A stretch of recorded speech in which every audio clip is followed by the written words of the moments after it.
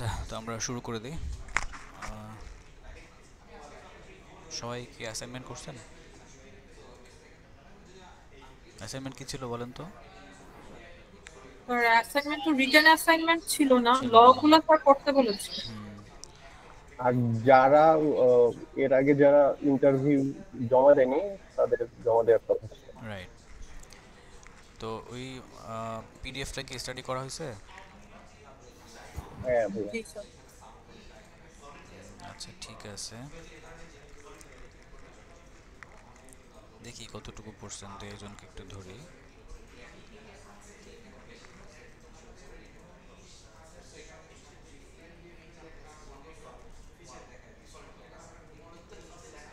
আচ্ছা,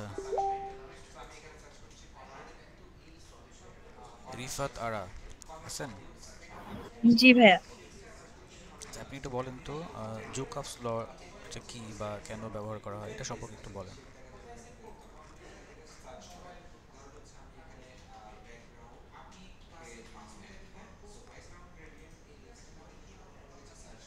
বলতে পারবেন?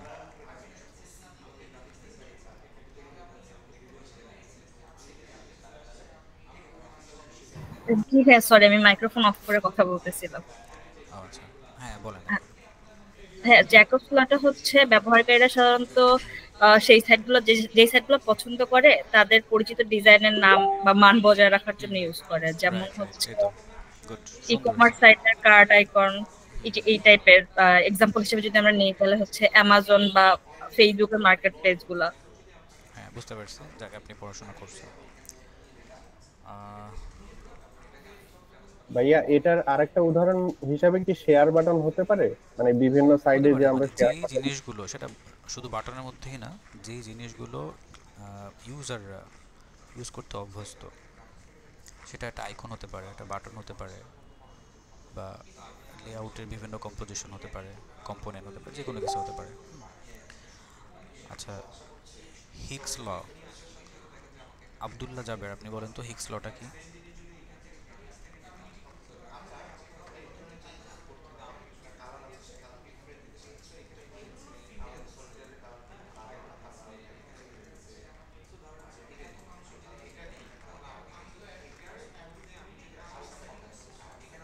নাবিলা, আপনি বলেন তো মিলার্স লটা কি? এটা সম্পর্কে একটু বলেন। জি ওর কোনটা আসসালামু মিলার আলাইকুম। মিলার্স ল, হ্যাঁ। হিক্স ল, হিক্স ল। হ্যালো, আচ্ছা আচ্ছা, ভাই। আব্দুল্লাহ বলেন, আপনি বলেন। হ্যালো। হ্যাঁ হিক্স বলেন, ল শুনতে হলো, পাচ্ছি। আমি যেটা পড়েছি সেটা হলো, হ্যাঁ সেটা হলো অপশন দেওয়া, দুই তিনটা অপশন দেওয়া যেখান থেকে চুজ করার অপশন থাকে, মানে পছন্দ করার একটা রাইট থাকে কাস্টমারের। এটা কি হয়েছে? বাকি কেউ বলতে পারবেন এটা ঠিক আছে কিনা? জি, কারেক্ট হয়নি। আচ্ছা, এটা কারেক্টটা কে বলতে পারবে, সঠিকটা? স্যার আমি বলতে পারবো। আচ্ছা আচ্ছা, হ্যাঁ বলেন। স্যার হেক্সলাটা হচ্ছে আমাদের ইউজারদের ভিজিটরদের সময় কমানোর জন্য, এই অর্থাৎ তো, সময় হ্যাঁ, বাঁচানোর জন্য রাইট। আমরা ওয়েব পেজে যে বিভিন্ন সার্চ বার গুলো অ্যাড করি যেন তারা তাদের কাঙ্ক্ষিত বিষয় বা কন্টেন্ট খুব সহজেই খুঁজে পেতে পারে। অর্থাৎ এটা কম হচ্ছে সময় হেক্সলা। ব্যয় করে বেশি রেজাল্ট যাতে সে আহ, বেশি রেজাল্ট, পেতে পারে আর কি, এরকম। ঠিক আছে। সেজন্য অল্প সময় তার কাঙ্ক্ষিত কন্টেন্ট খুঁজে পেতে পারে রাইট। এজন্য। হ্যাঁ, গুড, সুন্দর হয়েছে এটা, থ্যাংক ইউ। এবার নাবিলা, আপনি বলেন মিলার্স ল। মিলার্স হচ্ছে গিয়ে ইউজার্সরা ইউজুয়ালি স্টে সাতটা আর তার চেয়ে দুই কম বেশি জিনিসে ফোকাস করতে, গুড, ইনফরমেশনে ফোকাস করতে পারে। সুন্দর, হ্যাঁ। ঠিক আছে, আপনারা পড়াশোনা করছেন, বোঝা গেল। এগুলো একটু মাথায় রাখতে হবে, হ্যাঁ। আচ্ছা, আমি একটু গ্রুপে যাই, দেখি কি অবস্থা।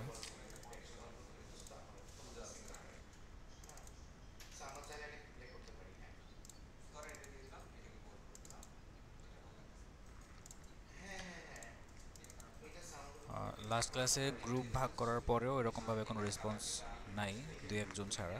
দুই একটা ডাটা পাওয়া গেছে নতুন, এছাড়া আর কারো ওরকম কিছু পাইলাম না।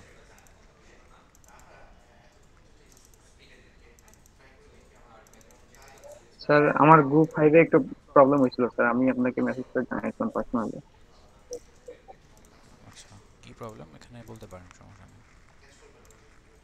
স্যার ওই যে একটু ফ্যামিলি প্রবলেম ছিল স্যার, সিকনেসের কারণে।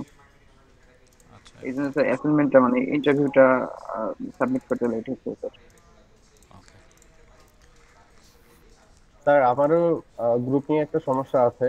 গ্রুপ 1-এ আমরা 3 জন ছিলাম। তো ওইটা করেন নাই, ওইটাই ছিল মূলত মেইন অ্যাসাইনমেন্ট। আচ্ছা, যাই হোক, অনেকেই করেন নাই। আপনাদের গ্রুপটা থাকবে একদম শেষ ক্লাস পর্যন্ত। যে গ্রুপগুলোতে একজন আছেন বললেন, ওগুলো রিঅ্যারেঞ্জ করা হয়েছিল। আপনি হয়তো বা তখন রেসপন্স করেন নাই। ওই গ্রুপে আরও ছিল, তাদেরকে বিভিন্ন গ্রুপে, যারা অ্যাক্টিভ পার্সন ছিল তাদেরকে বিভিন্ন গ্রুপে ডিস্ট্রিবিউট করে দেওয়া হয়েছে। যাই হোক, ওইটা লাস্টে মনে করেন, আপনাকে হয়তো বা অন্য একটা গ্রুপে দিতে হবে। এখন আজকে আমরা কি করব আসলে, দেখি কি করা যায়।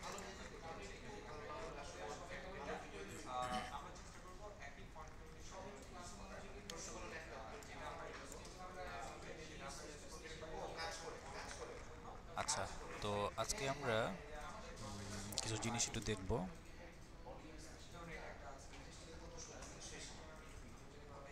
আচ্ছা, আরেকটু সময় নেই, আরেকটা স্লাইড ছিল, একটু খুঁজে দেখি আছে।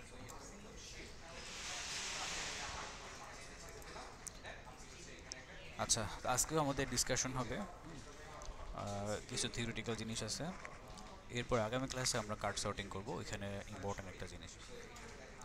তো যাই হোক, হিউম্যান সেন্টার ডিজাইন অর্থাৎ ইউজারের নিড, তারপরে ডিএনডি কনসেপ্ট, এরপর এইচসিডি, এই জিনিসগুলো আমরা আজকে ক্লাসে একটু ডিসকাস করব। হ্যাঁ, এইচসিডি হচ্ছে এটা, এইচসিডি হিউম্যান সেন্টার ডিজাইন। তো হিউম্যান সেন্টার ডিজাইন বলতে কী বোঝায়, অর্থাৎ মানে মানব কেন্দ্রিক ডিজাইনগুলো, তাই না? যেহেতু আমরা মানুষ, হ্যাঁ, আমরা যে প্রোডাক্টটা ডিজাইন করব সেই প্রোডাক্টটাও কোনো একজন মানুষ ব্যবহার করবে। তাহলে আমাকে থিঙ্ক করতে হবে যে ওই প্রোডাক্টটা কীভাবে ডেভেলপ করলে মানুষটা ব্যবহার করতে গিয়ে সে ভালো একটা এক্সপিরিয়েন্স পাবে। এখন এই প্রোডাক্টটা যদি কোনো একটা প্রাণীর জন্য হয়, পশু পাখি, বা ধরেন কোনো একটা রোবটের জন্য যদি হয়, তখন কিন্তু এই এইচসিডির মেথডটা ব্যবহার করা যাবে না। অর্থাৎ হিউম্যান কেন্দ্রিক চিন্তাভাবনা তখন করা যাবে না। তখন চিন্তা করতে হবে ওই প্রোডাক্টের ইউজারের বিহেভিয়ার কেমন, বা তাকে কেন্দ্রিক। সেটা যদি কোনো একটা প্রাণী হয়, একটু আগে বললাম, বা প্রাণীর বাইরে কী হতে পারে, রোবট হতে পারে, আর কি হবে, এগুলোই তো। এখন হিউম্যান সেন্টার ডিজাইন সম্পর্কে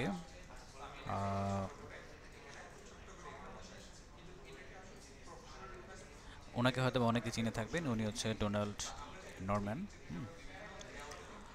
উনি হচ্ছে ডন নরম্যান। ওনার একটা ভিডিও আছে, আমি আপনাদের সাথে শেয়ার করবো। হ্যাঁ, আর the design of everyday things, হ্যাঁ, এটা হচ্ছে ওনার লেখা একটা বই। এখানে ইউএক্সের অনেক জিনিসগুলোকে উনি ব্রেকডাউন করছে।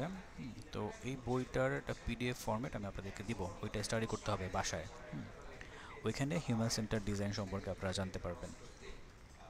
তো ওনার একটা কনসেপ্ট ছিল হিউম্যান সেন্টার ডিজাইন বেস করে ডোর কনসেপ্ট। হ্যাঁ, এই ডোর কনসেপ্টটা নিয়ে আমরা আজকে একটু বিস্তারিত আলোচনা করার চেষ্টা করব। হ্যাঁ, আপনারা যে এখন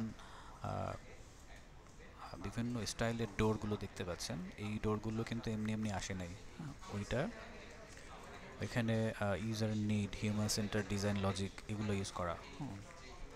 তো কোনো কনসেপ্ট বা কোনো কিছুই আসলে এমনি এমনি হয় না, ওটার পিছনে লজিক আছে। তো উনি হচ্ছে এমন একজন মানুষ, উনি ওনার মুখ থেকেই প্রথমে, ওনার মাধ্যমেই আসলে ইউএক্স বা ইউজার এক্সপিরিয়েন্স, এই জিনিসটা ফেমাস হয়।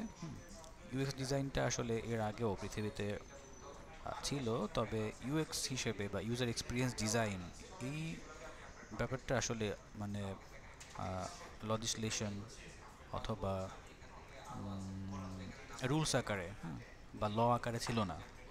হয়তো বা তারা রিসার্চ করতো কোনো একটা প্রোডাক্ট তৈরি করার আগে, তারা ভাবতো যে আসলে এটার লংজিভিটি কেমন হবে, ফিউচারে এটা আসলে ইউজেবল হবে কি না, কারা ইউজ করবে, কিভাবে তৈরি করলে সুন্দর হবে, এই জিনিসগুলো তারা হয়তো বা রিসার্চ করতো, ইঞ্জিনিয়াররা করতো। বাট রুলস আকারে এরকম ছিল না। হ্যাঁ, এখন সবাই একটু স্টাডি করলেই কিন্তু ইউজার সম্পর্কে জানতে পারে, এইভাবে ছিল না ডকুমেন্টেশন আকারে বা এত মানে ওয়েল অর্গানাইজ ছিল না বিষয়গুলো।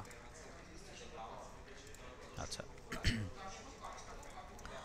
তো উনি প্রথমে কি করলো, এটাকে নিয়ে আসলো আর কি। হ্যাঁ, ইউএক্সটাকে উনি কিন্তু একাধারে ইঞ্জিনিয়ার, তারপরে হচ্ছে উনি মনে হয় কেমিস্ট্রি নিয়েও রিসার্চ করছে, আরও অনেকগুলো টাইটেল আছে ওনার, এই মুহূর্তে আমার সবগুলো মনে নেই, তবে উনি খুবই ফেমাস একজন ব্যক্তি।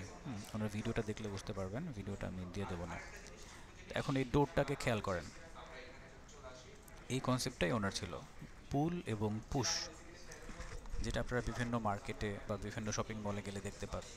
হ্যাঁ, যে ভিতরে যাওয়ার জন্য পুল আর অথবা ভিতরে যাওয়ার জন্য পুশ করতে হয়, বের হওয়ার জন্য পুল। হ্যাঁ, তো এই কনসেপ্টটা কী কারণে আসলো বা এটার আসলে লজিকটা কী, এটার উপকারিতা কী ইউজারদের জন্য। তো এদিকে একটু আসি।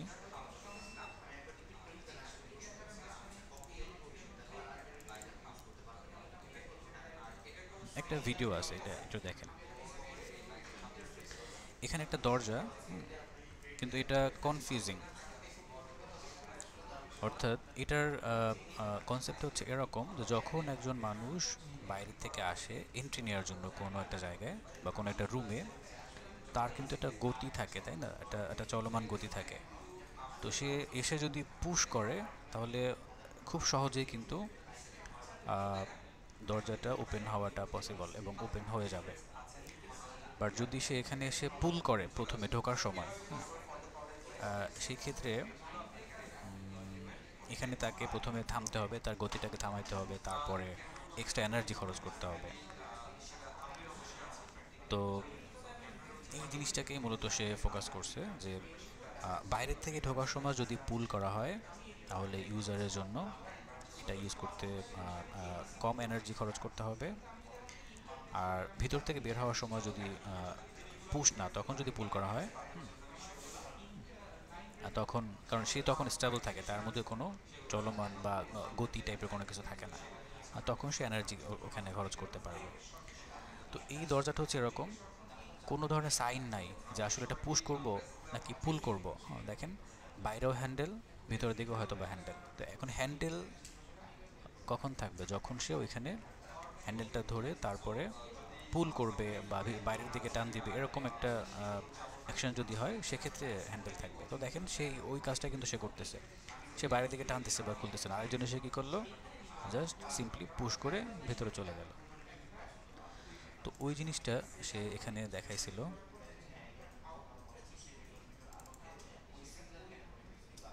যে পুশ করার সময় সাইনটা যাতে এরকম রাখা হয়, যাতে করে কেউ এসে বুঝতে পারে, ভুল করে কেউ এখানে পুল করবে না, কারণ এখানে পুল করার কোনো মানে অবজেক্টই নেই যেটা ধরে আপনি পুল করবেন। তো এটা হচ্ছে পুল করার জন্য, এখানে পুশ করার কোনো অপশন নেই। তাহলে এটা দেখলেই বুঝতে পারবে আমাকে পুশ করতে হবে, বা আপনি কোনো একটা সাইন দিয়ে দিলেন, এখানে পুশ লিখে দিলেন, এখানে পুল লিখে দিলেন। হ্যাঁ, আচ্ছা, এখন সব জায়গায় পুল পুশ এটা ব্যবহার করা যাবে না, এটা হয়তো বা কোনো মার্কেটে হতে পারে বা আপনার অফিসে হতে পারে, বাসায় হতে পারে, কিন্তু যদি এমার্জেন্সি এক্সিট হয় অথবা এই দেখেন ফায়ার এক্সিট, এমার্জেন্সি এক্সিট, হ্যাঁ, অথবা যদি হসপিটাল হয়, হসপিটালের ওটি যদি হয়, ওটি টাইপের কোনো একটা এমার্জেন্সি জায়গা যেখানে এমার্জেন্সি রোগী নিয়ে আসবে, ধরেন এটা যদি এরকম হয় হসপিটালের একটা এমার্জেন্সি ওটি প্ল্যাটফর্ম, এখন এখানে আপনাকে বাইরের থেকে কি করতে হবে, বাইরে থেকে পুশ করতে হবে। হ্যাঁ, অথবা যদি ফায়ার এক্সিট হয়, আপনি এখন ভিতরে আছেন, ফায়ার এক্সিটটাই দেখেন, এটা যেহেতু একদম এক্সাক্ট ফায়ার এক্সিট একটা, এখানে একটা ব্যাপার হচ্ছে কি, এখানে আমরা কি দেখলাম, ভিতরে থাকলে পুল, বাইরে থাকলে পুশ। এখানে কনসেপ্টটা একটু উল্টা হয়ে গেছে কিন্তু দেখেন, যেহেতু এমার্জেন্সি এক্সিট, তো যখন ফায়ার রিলেটেড কোনো একটা দুর্ঘটনা ঘটবে আপনার মাথা কিন্তু ঠিক থাকবে না, অর্থাৎ হিতে জ্ঞান থাকে না কিন্তু আমাদের ওই সব বিপদের সময়। হয়তো বা দরজার সামনে এসে আমাকে পুল করলেই হয়ে যেত, কিন্তু পুল করতে করতে দেখবেন যে পিছনে অবস্থা খারাপ হয়ে গেছে। তো এই জন্য ফায়ার এক্সিটগুলো উল্টো, অর্থাৎ ভিতরে পুশ বাইরে পুল, এরকম। তাহলে ভিতরে পুশ করলে কি হবে, আপনি ফোর্স নিয়ে যখন আসবেন জাস্ট পুশ করলে এটা খুলে যাবে, ঠিক আছে। তো দেখেন এই ডোরের কনসেপ্ট এক এক প্ল্যাটফর্মে এক এক রকম। হ্যাঁ, এখানে এসে চেঞ্জ হয়ে গেল ফায়ার এক্সিটে। আবার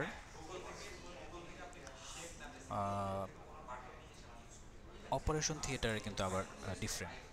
যখন আপনি স্ট্রেচারে করে রোগী নিয়ে আসতেছেন, হ্যাঁ, তখন খুলতে খুলতে কিন্তু অবস্থা খারাপ হয়ে যেতে পারে। তো সেক্ষেত্রেও বাইরের থেকে পুশ থাকবে, ভিতরে পুল। হ্যাঁ, ওখানেও এরকম।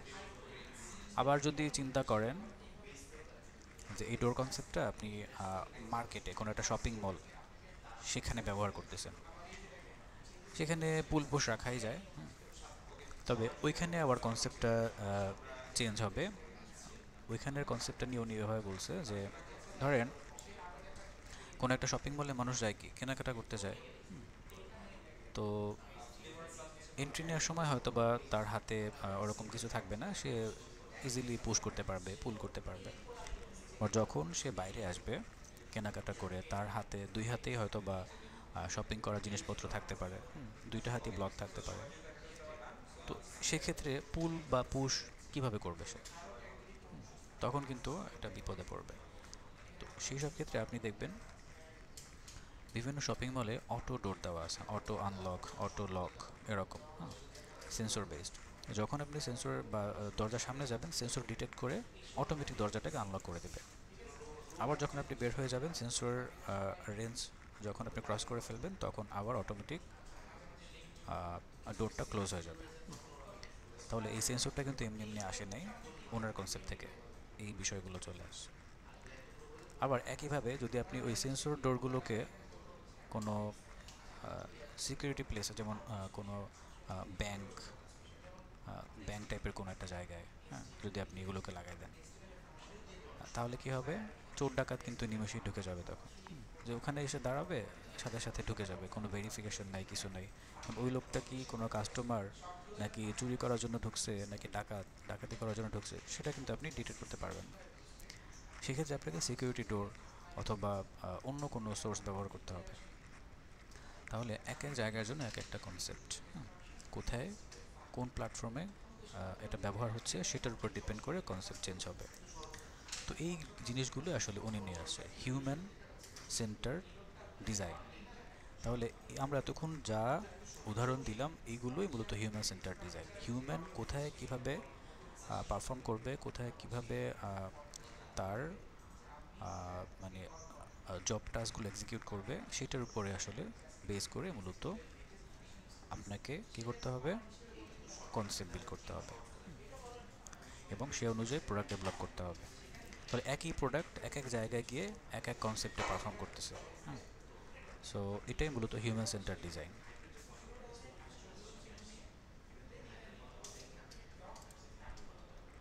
যেটা একটা এক্সাম্পল একটু আগে দেখলেন, আরেকবার দেখেন একটু, ঠিক আছে? যদি একটু ফানি, বাট এটা কিন্তু শিক্ষণীয় একটা জিনিস। তো আজকে আমরা ছোট্ট একটা কেস স্টাডি দেখব মোবাইল ফোনের।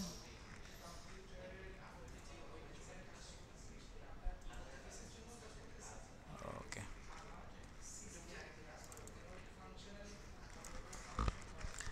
তো এটা এই কেস স্টাডি যদি আমরা একটু অ্যানালাইসিস করি বা একটু যদি আমরা ডিসকাশন করি, আমরা বুঝতে পারবো যে ইউজারের নিড অনুযায়ী, হ্যাঁ, ইউজারের নিড অনুযায়ী কীভাবে একটা প্রোডাক্ট আপডেট করা হয় বা একটা প্রোডাক্ট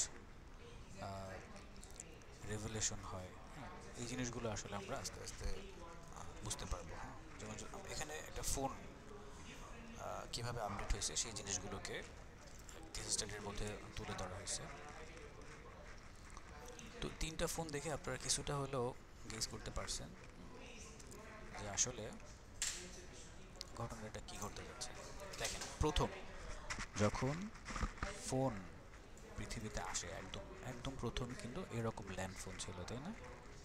এবং এই ফোনগুলো যখন ব্যবহার করা হতো অনেক অনেক রেস্ট্রিক্টেড ছিল জিনিসগুলো। আমরা এখন ফোনগুলো যেভাবে ইচ্ছে সেভাবে ব্যবহার করতে পারি, এরকমভাবে এই ফোনগুলো ইউজ করা যেত না। তবে সুবিধা একটা ছিল কি, আপনি দূরের কোনো আত্মীয় স্বজন বা কারো খোঁজ খবর নিতে পারতেন। হ্যাঁ, এইটা ছিল প্রথমত। এটার জন্য আপনাকে, এটা কিন্তু সরাসরি নেটওয়ার্কিং কোনো প্রসেস ছিল না, ওয়্যার্ড নেটওয়ার্ক ছিল, ওয়্যারলেস না এটা। হয়তো আপনাকে কোনো একটা নেটওয়ার্ক কোম্পানির সাথে কোলাবোরেট করে তারপরে এই ফোন ব্যবহার করা লাগতো। সরাসরি তারা এন্টিনা টাইপের কিছু একটা ব্যবহার করতো আর কি, নেটওয়ার্কটাকে কভার করার জন্য। তো যাই হোক, নেটওয়ার্ক কানেক্ট হওয়ার পরে আপনি ডায়াল করে তারপরে এখানে একটা মাধ্যম থাকতো, থার্ড পার্টি, যে ডায়াল করলে এটা চলে যেত হয়তো পোস্ট অফিসে কোনো একটা জায়গায়, সেখান থেকে আবার কানেক্ট হইতো আরেকটা ফোনে, মানে ওই নাম্বারে কানেক্ট করে দিত। মানে কি একটা ঝামেলা ছিল তখন, সরাসরি ফোনে কানেক্ট হওয়ার কোনো সুযোগ ছিল না, এরকম একটা বিষয় ছিল। তো এটা তো ছিল ইন্টারনাল। এরপরে আরও কিছু প্রবলেম, যেমন ধরেন এই ফোনে যখন কথা বলা হতো, এই যে দেখেন ডায়াল প্যাড, এই ডায়াল প্যাডটা কীরকম ছিল সেটা দেখতেই পাচ্ছেন। এই যে ঘোরানো লাগতো, ধরেন 0174 হাবিজাবি 4-5টা নাম্বার বা 10টা নাম্বার আছে, আপনাকে 10 বার এটাকে এভাবে রোটেট করে করে করে করে 10 বার ওই নাম্বারটা লিখতে হবে। এবং প্রতিটা নাম্বার ঘুরায় একদম জিরোতে না, মানে ঘুরায় একেবারে একটা জায়গায় নিয়ে আসতে হবে, আবার ছেড়ে দিবেন, আবার ঘুরে ওই জায়গায় চলে যাবে, আবার আরেকটা নাম্বার ঘোরাতে হবে, এরকম। এইভাবে আপনার 10টা নাম্বার টাইপ করতে, 10টা নাম্বার ডায়াল করতে গিয়ে যদি কোনো একটা নাম্বার ভুল করেন, হ্যাঁ, তাহলে আবার শুরু থেকে করতে হবে। মানে কি একটা মানে ঝামেলার জিনিস, একেবারে অ্যানালগ একটা জিনিস ছিল। তো আবার ভুল করলে বোঝাও যেত না যে আমার কোনো নাম্বার কি ভুল হয়েছে কিনা, কারণ আপনার এখানে কোনো ডিসপ্লে নেই, ডিসপ্লে হচ্ছে না কিছু। তো কোনো রকমভাবে যদি নাম্বারটা ডায়াল করা যেত, এরপরে আমার ফোনটা কানেক্ট হয়ে যায়, মানে কানেক্ট হয়ে যেত আর কি। এরপর এখানের যে সাউন্ড সিস্টেম, হ্যাঁ, সেখানে কিন্তু ভলিউম কন্ট্রোলার ছিল না। অর্থাৎ আপনার পাশে মানুষজন যদি এরকম করতো, মানে খুব জোরে জোরে কথা বলতেছে, আপনার কানে লাগতেছে, আপনি কিন্তু সাউন্ড কমাতে পারবেন না। বা সে আস্তে আস্তে বলতেছে, আপনি চাচ্ছেন একটু ভলিউমটাকে লাউড করতে, কোনো অপশন ছিল না। হ্যাঁ, তখন আপনাকে বলতে হবে যে ভাই একটু আস্তে কথা বলো, মানে কানে লাগতেছে, এরকম। তখন যদি আস্তে বলে তাহলে আপনি রিল্যাক্সে কথা শুনতে পারবেন, এরকম বিষয়টা ছিল। আপনার কোনো কন্ট্রোলই এটার মধ্যে ছিল না। আবার আরেকটা প্রবলেম ছিল কি, যে কে ফোন দিছে, কোন নাম্বার থেকে ফোন আসছে, এটা কিন্তু জানার কোনো ওয়ে ছিল না। তো যার ফলে যদি পাওনাদারে ফোন দিত, আপনাকে ফোন ধরে কথা বলা লাগতো। আবার ওই সময় যারা প্রেম করতো বিশেষ করে, তারা কিন্তু খুবই রিস্কের মধ্যে থাকতো। মানে ফোন কে দিছে, গার্লফ্রেন্ড দিল নাকি বয়ফ্রেন্ড দিল, এবং কে ফোন রিসিভ করলো, মেয়ের মা ফোন রিসিভ করছে নাকি বাবা রিসিভ করছে, কোনো মানে নো ওয়ে। হ্যাঁ, এটা বোঝার কোনো ওয়েই নেই, কারণ ডিসপ্লে নাই। কে ফোন দিছে, কোন নাম্বার থেকে ফোন আসছে, আপনি জানবেন কীভাবে? ফোন ধরার পরে বোঝা যাবে যে এটা তো মেয়ের মা ধরছে। তাহলে তখনকার যুগে প্রেম করাটাও কিন্তু ডিফিকাল্ট ছিল। এখন যত সহজে কম্বলের নিচে বসে কত সহজে সুন্দর করে কথা বলা যায়, ওই সময় ছিল না। আরেকটা বিষয় হচ্ছে, এই ফোনটা কিন্তু একটা জায়গায় ফিক্স রাখা লাগতো, এটা নিয়ে আপনি বাইরে যেতে পারতেন না। তারপরে হচ্ছে হয়তো বা এক রুম থেকে আরেক রুমে নিয়ে যাওয়া যাইতো, তাও এটার যে ওয়্যার, ওইটার যদি বড় থাকে, কানেক্টেড থাকা লাগতো। তো আপনি এটা ওয়্যারলেস না, ওই ওয়্যারের দ্রুত যতটুকু ওইটুকু আপনি মুভ করতে পারতেন, এর বাইরে না। তাহলে দেখেন কতগুলো রেস্ট্রিকশন ছিল এখানে। তো এইগুলোকে যখন ফোন কোম্পানি বা ফোন বিল্ডার যারা ছিল, ডেভেলপার যারা ছিল, তারা এই জিনিসগুলোকে যখন আইডেন্টিফাই করলো, হ্যাঁ, তবে মজার বিষয় হচ্ছে কি, তখন কিন্তু এই ফোনটাই ছিল সর্বসেরা ফোন, এটার বাইরে আর কোনো ফোন ছিল না। হ্যাঁ, এটার বাইরে আর কোনো কিছু, মানে কোনো অপশন ছিল না। ওই সময়ের মানুষজন কিন্তু এটাকে রিসিভ করতো, এটাকেই তারা আশীর্বাদ হিসেবেই মেনে নিত যে না, মানে যোগাযোগ তো করতে পারতেছে, তাদের কাজ তো চলতেছে। তো এটাই মূলত মানে যখন তারা এটা বুঝতে পারলো, কারা বুঝলো? ডেভেলপাররা, যে ইউজারদেরকে ভালো এক্সপিরিয়েন্স দেওয়ার জন্য জিনিসগুলোকে ইমপ্রুভ করতে হবে। তখন ইউএক্স রিসার্চাররা আস্তে আস্তে রিসার্চ করলো যে আসলে কি ডেভেলপ করা যায় আমার এই প্রোডাক্টের মধ্যে, কোন পার্টটা আসলে কোন বিষয়গুলো নিয়ে ইউজাররা প্রবলেম ফেস করতেছে। হ্যাঁ, তো যখন দেখলো যে নাম্বার দেখা যায় না, এটা একটা প্রবলেম, শত্রু ফোন দিতে পারে, বা আপনি যদি নাম্বারটা দেখতে পাইতেন তাহলে হয়তো বা এমন যে ব্যক্তি ফোন দিছে ওই ব্যক্তির ফোনটা আপনি রিসিভ করতেন না, কিন্তু বাধ্য হয়ে এখানে ফোন রিসিভ করা লাগতেছে, এটা একটা ইস্যু। এরপরে এইটা পোর্টেবল না, এটা একটা ইস্যু। এরপরে হচ্ছে ডিসপ্লে নাই, সেটা একটা ইস্যু। ভলিউম কন্ট্রোলার নাই, এটা আরেকটা ইস্যু। এই সবগুলো ইস্যু যখন তারা নোট ডাউন করলো এবং এটাকে সলভ করার ট্রাই করলো, তখন এই টাইপের একটা ফোন, এরকম কিছু ফোন তারা ইনোভেট করলো, যেটার মধ্যে ছোট্ট একটা ডিসপ্লে থাকতো। এটাও এক ধরনের ল্যান্ড ফোনই, হ্যাঁ, ওয়্যারলেস ল্যান্ড ফোন। আচ্ছা, তো এটার মধ্যে ডিসপ্লে নিয়ে আসলো, ভলিউম কন্ট্রোলার, এবং সেই সাথে এই যে ডায়াল প্যাড ইমপ্রুভ করে ফেলছে। এখন আর এইভাবে ঘুরে ঘুরে ডায়াল করা লাগে না, এখন কি করতে হয়? জাস্ট প্রেস করলেই হয়ে যায়। হ্যাঁ, প্রেস করবেন, এখানে নাম্বার উঠে যাবে। কোনো নাম্বার যদি কোনো কারণে ভুল হয়, তখন আপনি সাথে সাথে আবার এটাকে কাটতেও পারবেন, সেই বাটনটাও অ্যাড করে দেওয়া হয়েছে। হ্যাঁ, ওই বাটনটার মাধ্যমে আপনি কেটে আবার শুধু ওই নাম্বারটাকে আপনি কারেকশন করতে পারবেন। তাহলে সব নাম্বারগুলো নতুন করে আবার লেখা লাগতেছে না। অনেক বড় একটা রেভলিউশন এখানে হয়েছে। আচ্ছা, এরপর ওই যে বললাম ভলিউম কন্ট্রোলার চলে আসলো। এখন যদি কেউ চিল্লায় কথা বলে, আপনি এখান থেকে কন্ট্রোল করতে পারবেন। তারপর এটা যে কোনো জায়গায় নিয়ে আপনি যেতে পারবেন, বাসার বাইরেও যাওয়া যাবে, বাসায় বসে কথা বলতে পারবেন। এবং এটা আসার পর এই যে প্রেমিক প্রেমিকাদের একটু রিল্যাক্স হলো। এখন কিন্তু তারা দেখতে পাচ্ছে যে আসলে কে ফোন দিছে, বা আমি কাকে ফোন দিচ্ছি, সব কিছু দেখা যায় এখানে। এবং এটা যেহেতু মুভ করা যায়, হ্যাঁ, সে বাসার বাইরে ছাদে গিয়ে কথা বলতে পারতেছে, সব কিছু হচ্ছে এখানে। তো এটা ছিল খুবই ইমার্সিভ একটা জিনিস এই সময়ের জন্য। হ্যাঁ, যখন এটা আসে তখন মানুষ যে কীভাবে রিসিভ করছে এটা, ওই সময় যদি কারো মানে ওই সময়কার কেউ যদি বেঁচে থেকে থাকে তাহলে বুঝতে পারবেন। হ্যাঁ, তো যাই হোক, এটার সাথে এরকম একটা ল্যান্ডফোন ছিল। এটাও ডিজিটাল ল্যান্ডফোন, এরকম না। এখানে সব কিছুই আছে, জাস্ট বাসায় যারা কথা বলতো আর কি, মানে ফিক্স একটা জায়গায়, তারা এই ল্যান্ডফোনগুলো ব্যবহার করতো। এটাও ডিজিটাল, এখানে ডায়াল প্যাড, তারপরে স্ক্রিন, তারপরে হচ্ছে ভলিউম কন্ট্রোলার, সব কিছু রাখা ছিল। এটার মধ্যে আবার সিম ব্যবহার করা যেত এই ফোনের মধ্যে, এখান থেকে ডায়াল করা হতো সব কিছু আর কি। তবে দেখেন, এখান থেকে যখন এখানে আসলো, বিশাল বড় একটা চেঞ্জ কিন্তু এটার মধ্যে চলে আসছে। এটা কেন করছে, এটা কীভাবে করছে, কেউ বলতে পারবেন? যে এটা আসলে এখানে প্রায়োরিটি কাকে দেওয়া হয়েছে, কীভাবে ইনোভেশনটা হলো, রেভলিউশনটা হলো, কে বলতে পারবেন? ইউজারের রিকোয়ারমেন্ট অনুযায়ী ইউজারের যে চ্যালেঞ্জ তারা ফেস করছিল, এক্স্যাক্টলি, এটাই আর কি। ইউজারের নিডসটাকে তারা বুঝতে পারছে, পেইন পয়েন্ট, এই যে বারবার বলেন না পেইন পয়েন্ট, এই যে ইউজার পার্সোনা করতে গিয়ে এইখানে পেইন পয়েন্টগুলোকেই মূলত সলভ করা হয়েছে। তাহলে এইটুকু যদি বুঝতে পারেন, আশা করছি পেইন পয়েন্ট কি, গোল কি, এটা বুঝতে আর প্রবলেম হওয়ার কথা না। এখানে কতগুলো পেইন পয়েন্টের কথা বললাম না, এখানে কি ওগুলো আছে দেখেন তো? জি না, সেগুলোকে ইভেন্চুয়ালি রিকভার করা হয়েছে। তাহলে আপনারা বারবার কনফিউজ হয়ে যান, পেইন পয়েন্ট কীভাবে পাবো?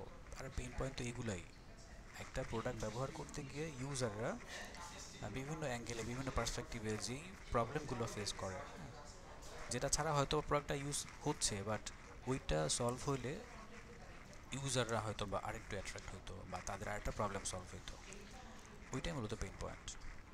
সো ওইটাকে সলভ করে হচ্ছে আপনার দায়িত্ব, একজন ইউএক্স ডিজাইনারের দায়িত্ব। তো সেটাই কিন্তু এখানে হচ্ছে। হ্যাঁ, এবং এইটাই এখানে থেমে থাকে নাই, তারা কিন্তু রিসার্চের উপরে ছিল, রিসার্চ করার মধ্যেই ছিল যে আরও কি করা যায়, আরও কি চাই ইউজাররা। তো এটা ছিল কি ব্ল্যাক অ্যান্ড হোয়াইট একটা ডিসপ্লে, ওই ছোট্ট একটা ডিসপ্লে, শুধুমাত্র নাম্বারটাই দেখা যেত, নেটওয়ার্কের সাইনটা দেখা যেত, এগুলো আর কিছু দেখা যেত না। তারপরে হয়তো বা SMS করা যেত, ওই লেখাগুলো আপনি দেখতে পেতেন এখানে।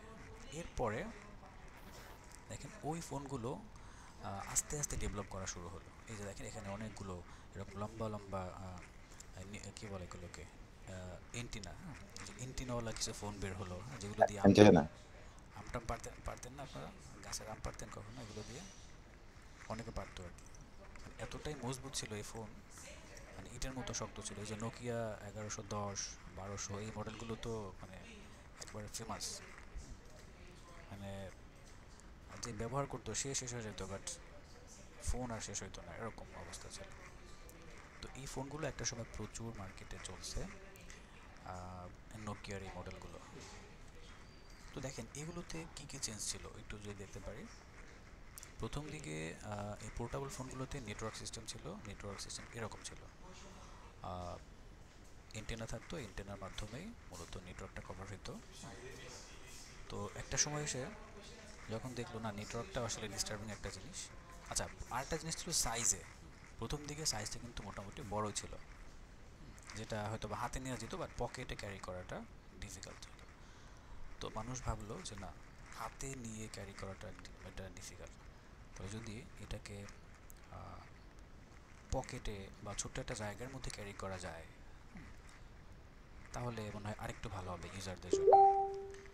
তো তখন তারা সাইজটাকে কম্প্যাক্ট করার চেষ্টা করলো, আস্তে আস্তে ন্যানো টেকনোলজি ইউজ করার চিন্তা ভাবনা করলো, যার ফলে সাইজটা কিন্তু কমে আসতেছে। তাহলে ডিসপ্লে একই রকম আছে, সব কিছু ঠিকঠাক, সাইজটা ছোট হয়ে গেল। এরপরে তারা এটার মধ্যে তো রিংটোন ছিল, সাউন্ড বাজতো মানে যখন ফোন আসতো, তো ওই রিংটোনটাকে ডিজিটাল করার চেষ্টা করলো এবং ডিসপ্লেটাকে একটু ইমপ্রুভ করার চেষ্টা করছে। প্রথম দিকে ব্ল্যাক অ্যান্ড হোয়াইট ছিল, এরপরে মোবাইলগুলো গ্রিন বা নীল টাইপের একটা কালার নিয়ে আসলো, অর্থাৎ আপনার পুরো স্ক্রিনে একটাই কালার থাকবে এবং সেটা হচ্ছে নীল টাইপের একটু। হ্যাঁ, আপনার কন্টেন্টের মধ্যে কোনো কালার থাকবে না, কন্টেন্ট লাল নীল সাদা এরকম হবে না, পুরো স্ক্রিনটা একটা কালার থাকবে আর কি। ওইরকম একটা কালার নিয়ে আসলো, এটাতেই হই হুল্লোড় পড়ে গেল বাজারের মধ্যে যে ওয়াও কালার ডিসপ্লে। আর রিংটোনটা কী হইলো, আগে যে মানে প্যাপো করে বাজতো, অর্থাৎ মানে কী বলে অ্যানালগ একটা একটা সাউন্ড হইতো, ওইটা আর হচ্ছে না। এখন গানের মধ্যে যেরকম আমরা পলিফোনিক। রাইট রাইট ওই মিউজিকগুলো আমরা শুনতে পাচ্ছি এই ফোনের মধ্যে, ইমপ্রুভ হয়ে গেল। হ্যাঁ, তো ওই ফোনগুলো মানুষ দেখতে আসতো, এলাকায় যদি এই ফোন কারোর কাছে থাকতো ওই সময় এসে দেখতে আসতো মানুষ যে ওর কাছে এরকম একটা, ওই সময় স্মার্টফোন ছিল এটা। তো এরকম অবস্থা ছিল, আস্তে আস্তে ইমপ্রুভ হয়ে আসলো কিন্তু। তো যখন ডেভেলপাররা দেখতে পেলো যে না মানুষ এই জিনিসগুলোকে রিসিভ করতেছে, তখন তারা এইটাকে নিয়ে আরও বেশি গবেষণা শুরু করলো। একটা সময় এসে দেখলো যে মানুষ চায় যে এই ফোনের মাধ্যমে, এখানে কিন্তু অনেক কিছু করা যেত ওই সময়, মিউজিক কম্পোজ করা যেত এটার মধ্যে। মিউজিক বলতে কি রিংটোন কম্পোজ করা যেত, আপনারা করছেন কিনা আমি জানি না, আমি নোকিয়া 1110 দিয়ে মিউজিক বানিয়েছি, মিউজিক মানে এই যে রিংটোন বানিয়েছিলাম, ওগুলো আপনারাও পারতেন করতেন হয়তো বা। তো ওই জায়গাগুলোকে তারা আইডেন্টিফাই করে ওইটাকে নিয়ে মানুষের সাইকোলজি নিয়ে তখন তারা রিসার্চ করলো এবং তারা এটা বুঝলো যে আসলে ফোনের মধ্যে এমন কিছু রাখা যায় বা এমন কিছু করা যায় যে এই ফোনটাই তারা একটা কম্পিউটার হিসেবে ব্যবহার করবে, একটা কম্পিউটারে যা যা করা যায় এটা একটা মিনি কম্পিউটার হিসেবে তারা ইউজ করবে। কারণ অনেকে অফিসিয়াল পারপাসে, প্রথম দিকে এরকমই ছিল যে অফিসিয়াল কিছু জিনিসপত্র এখানে করা যাবে, যেমন মেইল করা, মেসেজ করা, এটার জন্য তাকে একটা কম্পিউটার ক্যারি করা লাগে, একটা ল্যাপটপ ক্যারি করা লাগে, সেটা যারা যদি তারা ফোনে করতে পারে তাহলে কিন্তু ওই ক্যারিং যে ব্যাপারটা আছে ওইটার এটা থাকতেছে না বা লাগতেছে না ওইটা। তো এরপরে আস্তে আস্তে তারা কী করলো, ডিসপ্লেটাকে নিয়ে একটু ভাবা শুরু করলো। পরে কী হলো, এইরকম স্মার্টফোন চলে আসলো যে ফুল ফোনের মধ্যেই কী থাকবে, ডিসপ্লে থাকবে, পুরো ফোনটা একটা ডিসপ্লে। হ্যাঁ, তো এটা আসার আগেও আরও কিছু ডিসপ্লে ছিল বড় বড়, অর্ধেকের মধ্যে টাচ কি বলে ডায়াল প্যাড, হ্যাঁ, আর অর্ধেকের মধ্যে ডিসপ্লে এরকম ছিল। এইটাকেও তারা এই ডায়াল প্যাডটাকে টোটালি রিমুভ করে টাচ ডিসপ্লে নিয়ে আসলো। অর্থাৎ আপনি যেই ডিসপ্লের মধ্যে গান দেখবেন, মিউজিক শুনবেন, হ্যাঁ, ওই ডিসপ্লের মধ্যেই আপনি টাইপ করবেন বসে বসে, আলাদা করে কোনো প্যাড ইউজ করতে হবে না টাইপ করার জন্য। তো দেখেন টেকনোলজি কোথায় চলে গেল, কোথায় ছিল এখানে আর সেখান থেকে কোথায় চলে আসলো। Totally user basis, user need research করার ফল এটা। এরপরে মানুষ একটা সময় দেখলো যে ডিসপ্লেটাকে সবাই একটু বেশি করতেছে, যে টিভিতে যেরকম দেখা যায় ওই রকম রেজুলেশন যাতে থাকে ফোনে, তখন তারা এই ফোনের ডিসপ্লেটাকে ইমপ্রুভ করা শুরু করলো। প্রথম দিকে কিন্তু এত কালারফুল, এত ভালো ডিসপ্লে ছিল না, হ্যাঁ। তো এরপরে তার ডিসপ্লেগুলোকে আরও বেশি ইমপ্রুভ করা শুরু করলো। একটা সময় এসে দেখলো যে এটার মধ্যে আর কী করা যায়। তখন দেখলো মানুষ যদি কোথাও ট্রাভেল করতে যায় বা কোথাও যদি ঘুরতে যায়, হ্যাঁ, সাথে করে একটা ক্যামেরা নিয়ে যায় ছবি তোলার জন্য। কারণ অনেক মানুষ আছে ওই স্মৃতিগুলোকে একটু মানে ব্লক করার জন্য বা একটু লক করে রাখার জন্য তারা চায় ছবি তুলতে। কারণ ওই সব জায়গায় মানুষ সবসময় যায় না, হয়তো দূরে কোথাও ঘুরতে গেছে, ধরেন বান্দরবান গেছেন, খাগড়াছড়ি গেছে, বা আপনি অনেক দূরে কোনো একটা জায়গায় গেছেন, সেটাকে আপনি প্রতিদিন যেতে পারবেন বা মনে চাইলে কি যেতে পারবেন? পারবেন না, বিভিন্ন ব্যান্ডেজ থাকে। তো হয়তো বা গেছেন কখনো ঘুরতে, ওই এনজয়েবল মুহূর্তটাকে আপনি চাচ্ছেন লক করে রাখতে কোনো একটা জায়গাতে। সেক্ষেত্রে কী করতো, অনেকে ক্যামেরা অনেক সময় নিজের থাকতো, অনেকের থাকতো না, আত্মীয় স্বজনের ক্যামেরা ভাড়া করে নিয়ে যেত বা বিভিন্ন স্টোর থেকে ভাড়া করে নিয়ে যেত। ওই জিনিসটাকে তারা পিক করলো যে ফোনের মধ্যে যদি করা যায়, ক্যামেরাটাকে ইনবিল্ট একটা ক্যামেরা দেওয়া যায়, তাহলে ওই জায়গাটা কিন্তু ইউজারের একটা প্রবলেম সলভ হয়ে গেল। তারা এই জিনিসটাকে কিন্তু টাচ করছে, হ্যাঁ। তো দেখেন তারা ইউজারের সাইকোলজিটাকে কিভাবে কোন জায়গা থেকে টাচ করে এখানে নিয়ে আসে। প্রথম দিকে ক্যামেরা ছিল না, এবং ফোনের মধ্যে ক্যামেরা থাকবে কেউ মানে কল্পনা করতে পারে না যে একটা মোবাইলের মধ্যে ক্যামেরা চলে আসবে, আমি মোবাইল দিয়ে ছবি তুলতে পারবো, হ্যাঁ। এটা কেউ কল্পনা করছেন? ওই সময় যারা ছিল তারা কিন্তু ভাবতেও পারে নাই, কিন্তু ডেভেলপাররা ভেবে নিছে। সো ইউএক্স যত সহজ মনে হয় অত সহজ না, আপনাকে অলওয়েজ ইউজারদের নিয়ে পড়ে থাকতে হবে, ভাবতে হবে। তো কী বলবো, আমরা তো ওই ভাবতে গেলেই ব্রেনটাকে আর ব্যবহার করতে পারি না, অলস ইউটিউবে চলে যায়। সো যাদের অভ্যাস ইউটিউবে চলে যাওয়া তাদের জন্য এই ইউএক্স না। যাই হোক, দেখেন এরপর ফোনের ভিতরে ক্যামেরা চলে আসলো। এবার কি হয় যে আপনি ছবি তুলতে পারেন, আপনার চাহিদাও পূরণ হচ্ছে, কিন্তু এখানেও একটা প্রবলেম রয়ে যাচ্ছে যে ছবিটা অন্য কাউকে তুলে দেওয়া লাগতেছে, ব্যাক ক্যামেরা আছে শুধু। ছবিটা তোলার জন্য কাউকে না কাউকে সাপোর্ট হিসাবে আপনাকে নিতে হচ্ছে, যে সে ছবি তুললে আপনি ছবি তুলতে পারবেন। তখন একটা প্রবলেম যে এখানে আপনার ছবি তোলার জন্য হয়তো বা আপনাদের এখানে 4 জন আছে, ফ্যামিলিতে 4 জন ঘুরতে গেছেন, একজনকে ছবি তুলতে হচ্ছে, তাহলে ওই ব্যক্তিটা কিন্তু বাদ পড়ে যাচ্ছে ছবি থেকে। এইটা একটা ইস্যু, এইটাকে তারা গবেষণা শুরু করলো। দেন তারা ডুয়েল ক্যামেরার ফোন বের করলো, সামনে একটা ক্যামেরা, পিছনে একটা ক্যামেরা, অর্থাৎ সেলফি ক্যামেরা, নিজের ছবি নিজেই তুলতে পারবে। তাহলে দেখেন মানে কতটা ডিপ রিসার্চ করলে এই জিনিসগুলো মাথায় আসতে পারে। হ্যাঁ, ক্যামেরা তো দিছি, আবার কি ওইটা দিয়ে তো তোলা যায়, ফোনটা একটু ঘুরে নিক না, সমস্যা কি হয়ে যাচ্ছে তো। কিন্তু না, ইউজারের চাহিদা কোন জায়গায় টাচ করছে গিয়ে, মানে এইটা মানে ব্রেইনটা সূক্ষ্ম না হলে আপনি কোনোভাবে এই জিনিসগুলোকে রিয়েলাইজ করতে পারবেন না। সো এটাই হচ্ছে বিষয়, থিঙ্কিং পাওয়ার ডেভেলপ করতে হবে।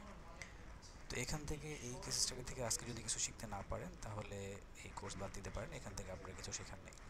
ওকে, তো যাই হোক, এরপরে ফ্রন্ট ক্যামেরাটা এখানে অ্যাড হলো। দেন এবার ইউজাররা হ্যাপি যে তার ছবিটা নিজেই তুলতে পারতেছে এবং সে বাদ পড়তেছে না এখন আর, তার ফ্যামিলির ফটো তুলতে গিয়ে সে আর বাদ পড়ছে না, সবাই একসাথে এখন ছবি তুলতে পারতেছে। তো দেখেন কোথায় ছিল কোথায় চলে আসবে।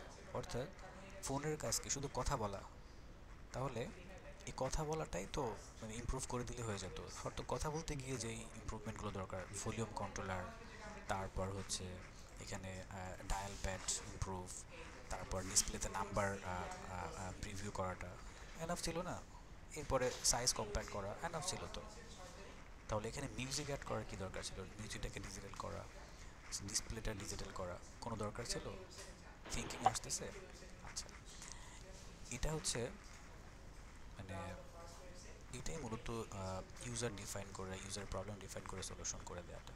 তো যাই হোক, ক্যামেরা চলে আসলো এবং ডুয়েল ক্যামেরা অর্থাৎ সেলফি ক্যামেরা, ব্যাক ক্যামেরা দুইটাই তারা নিয়ে আসলো, এবং তখনও দেখলো যে ইউজাররা এটাকে এত সুন্দর করে রিসিভ করলো, মানে পুরো একটা ইমার্সিভ পরিবর্তন নিয়ে আসলো এই ইন্ডাস্ট্রিতে, ফোন ইন্ডাস্ট্রিতে। হ্যাঁ, তখন ফোন কোম্পানিগুলোর মধ্যে একটা কম্পিটিশন শুরু হলো যে কার ফোনের ক্যামেরা কত ভালো করা যায়, কার ডিসপ্লে কত সুন্দর করা যায়।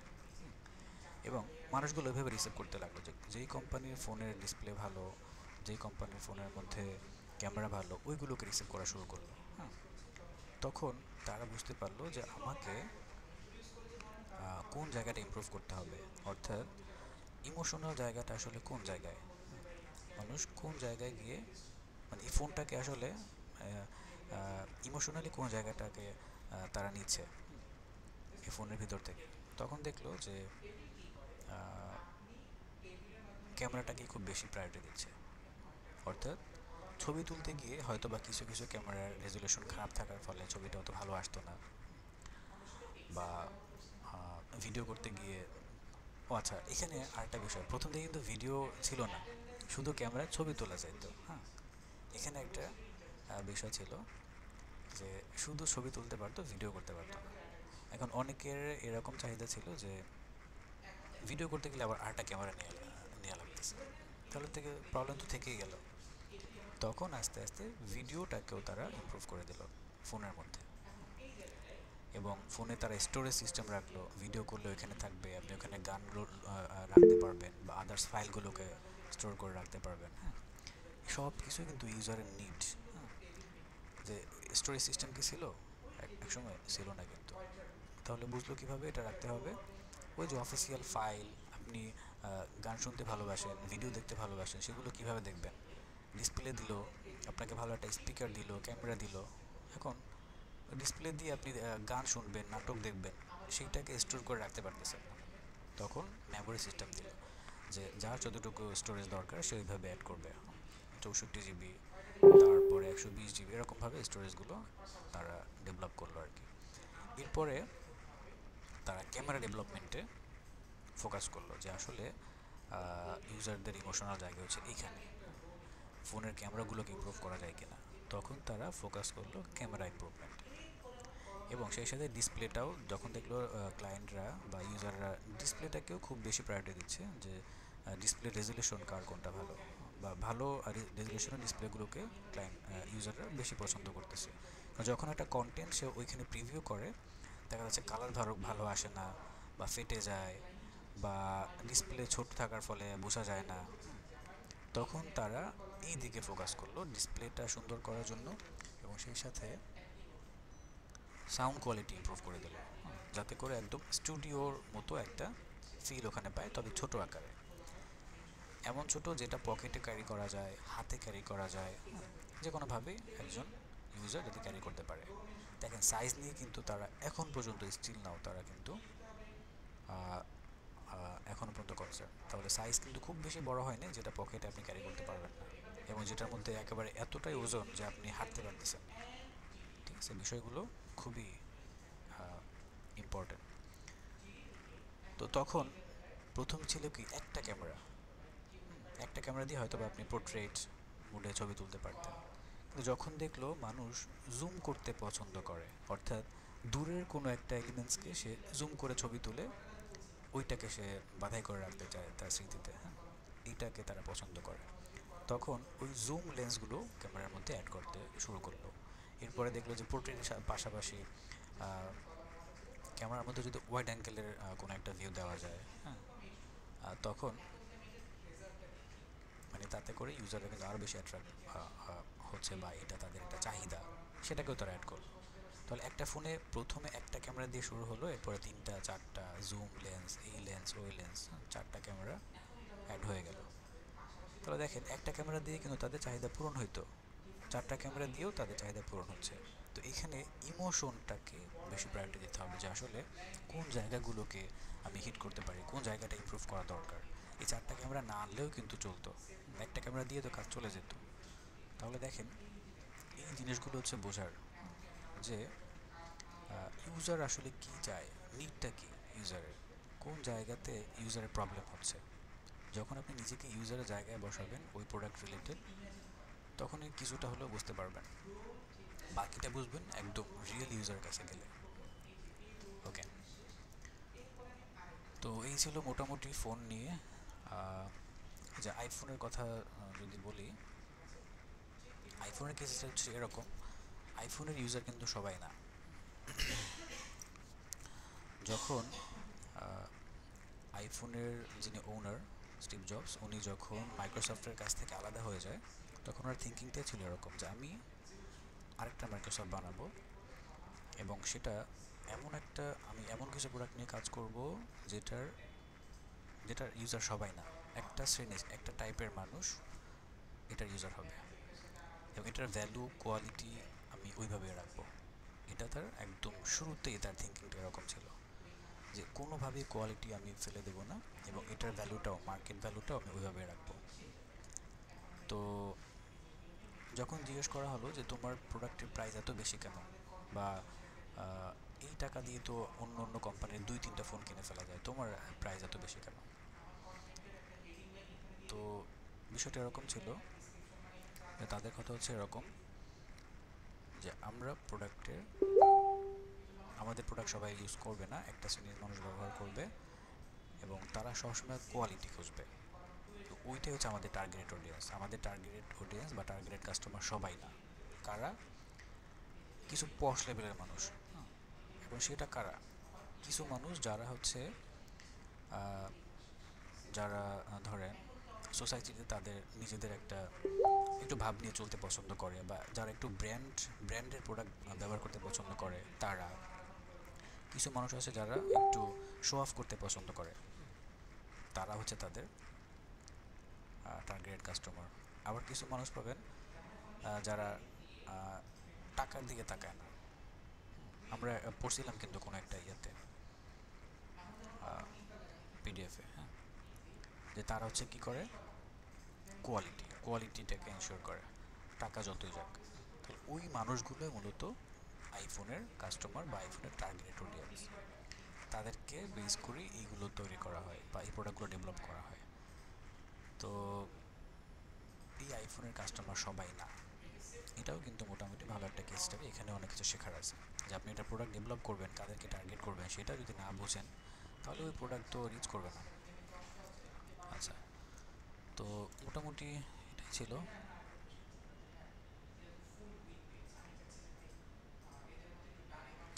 ডন নরমানের একটা ভিডিও হচ্ছে এখানে আছে,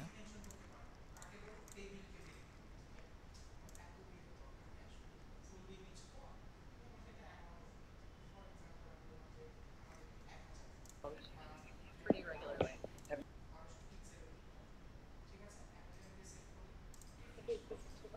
Me too, Kelsey. But here's the thing.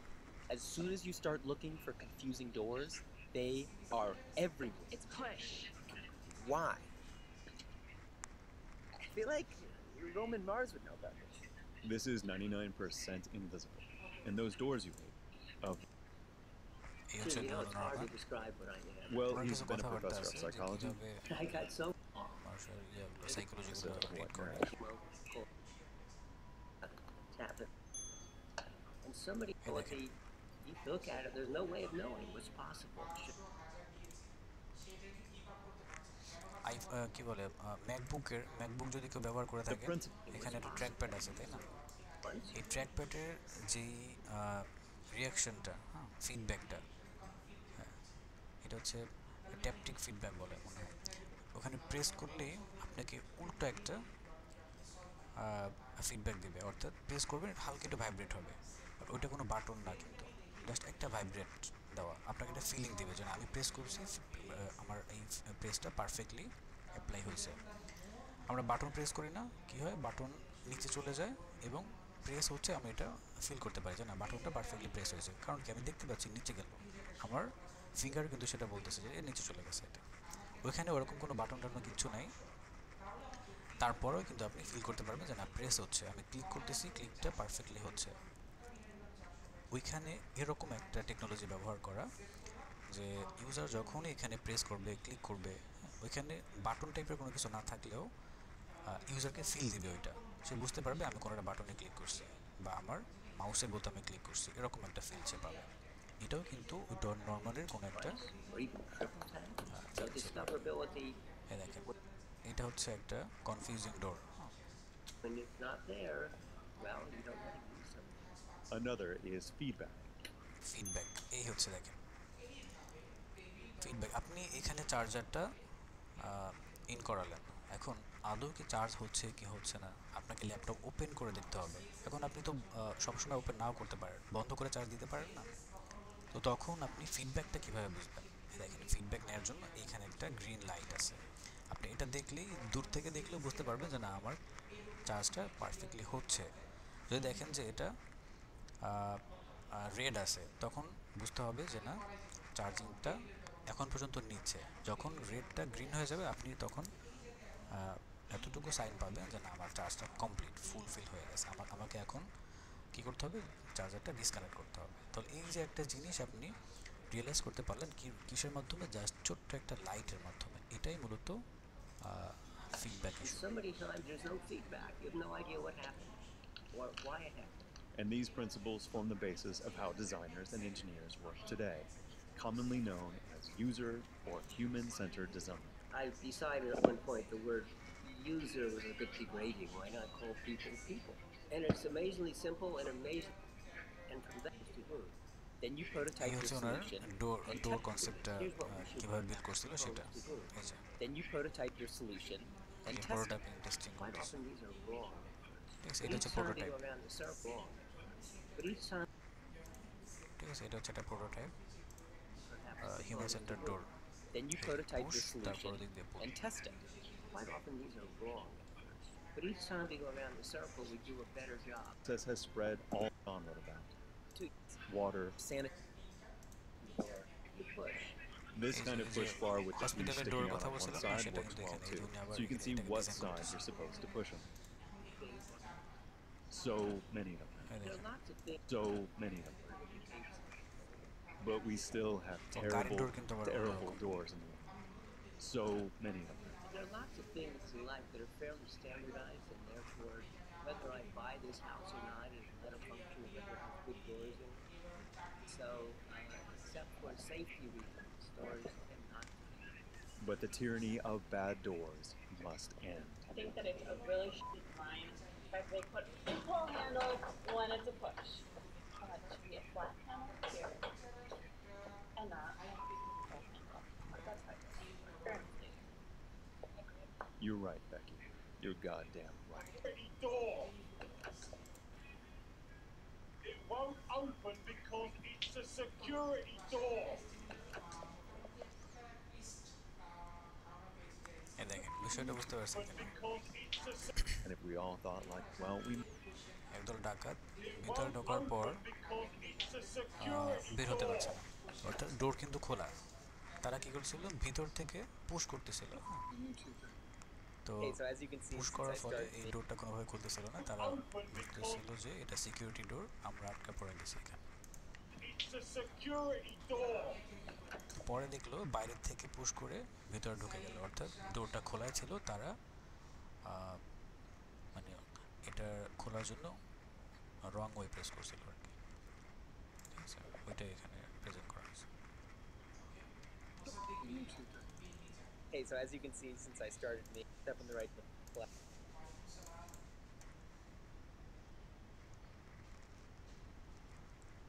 Okay, so এই ছিল আজকের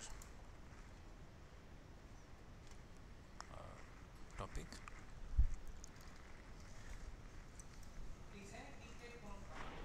স্যার হ্যাঁ বলেন। স্যার আসসালামু আলাইকুম। স্যার আমি হচ্ছে স্যার কোনো গ্রুপ পাইনি স্যার। গ্রুপ পাননি? জি স্যার, যে লাস্ট ক্লাসে স্যার একটু ডিসকানেক্টেড হয়ে গেছিলাম, তখন হয়তো আর অ্যাড করতে পারিনি, মানে করা হয়নি আর কি। আচ্ছা ঠিক আছে, যারা গ্রুপ পাননি তারা হ্যান্ড রাইজ করেন, আমি এখানে অ্যাড করে দেবো। স্যার আমার হ্যান্ড রেজ করা আছে। ঠিক আছে, বাকিরা দুই একজন যদি থাকেন হ্যান্ড রাইজ করেন, আপনারা গ্রুপ ডিসকাশন করে নিন ইন্টারভিউর ব্যাপারটা।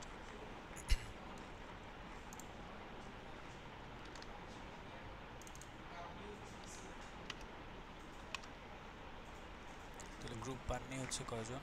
দুজন, আব্দুল্লাহ আর হচ্ছে স্যার ইয়েস। আরাফাতুল হায়দার।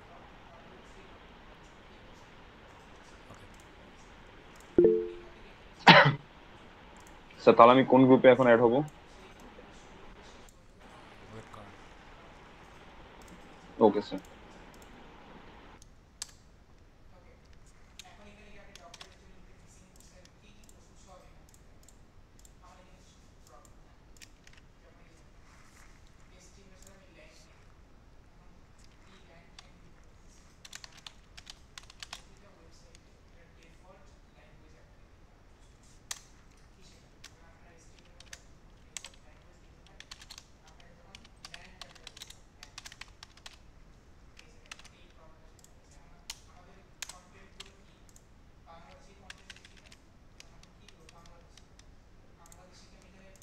আপনারা দুইজন হচ্ছে গ্রুপ 6 এ আছেন, হ্যাঁ গ্রুপ 6 এ। Okay sir, thank you sir. জি স্যার। ওকে, আদিত্য রয় আপনি কি গ্রুপে নাই? স্যার ক্লাস কি আজকে শেষ?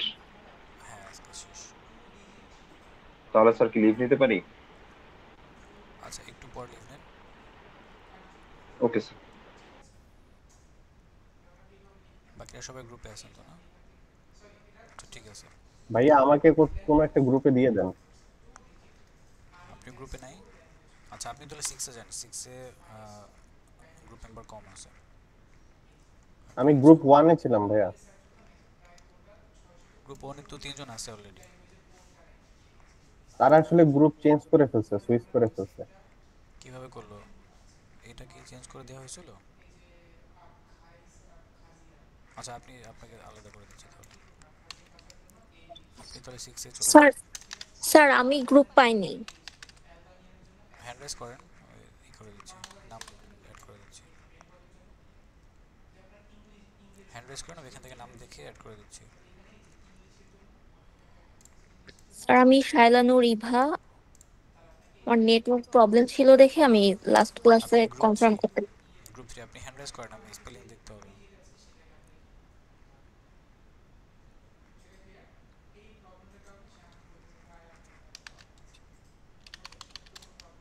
শায়লা ইভা। জি আপনাকে গ্রুপ 3 তে দিয়ে দিলাম। হ্যাঁ ঠিক আছে স্যার, থ্যাংক ইউ।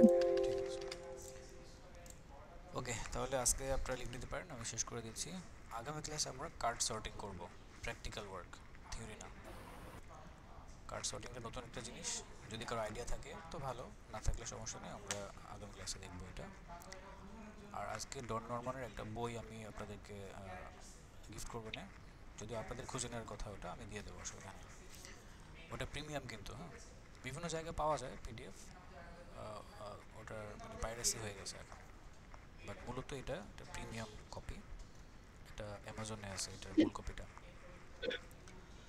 ঠিক আছে, আমি তাহলে এই করে দিচ্ছি, শেষ করে দিচ্ছি। স্যার গ্রুপগুলো, স্যার হ্যাঁ গ্রুপগুলোর সাথে জয়েন হবো কিভাবে?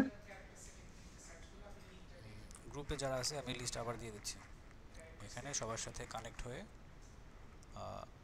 গ্রুপ বলতে ওনাদের সাথে কানেক্টিভিটি রাখা, যখন আপনারা মিটিং করবেন, কোনো কিছু নিয়ে ডিসকাস করবেন, ওনাদের সাথে গুগল মিটে জয়েন হওয়া, কোনো একটা লিঙ্ক ক্রিয়েট করে তাদের সাথে জয়েন করে আপনারা গ্রুপ ডিসকাশন করবেন। আচ্ছা ঠিক আছে স্যার। হ্যাঁ বলেন। স্যার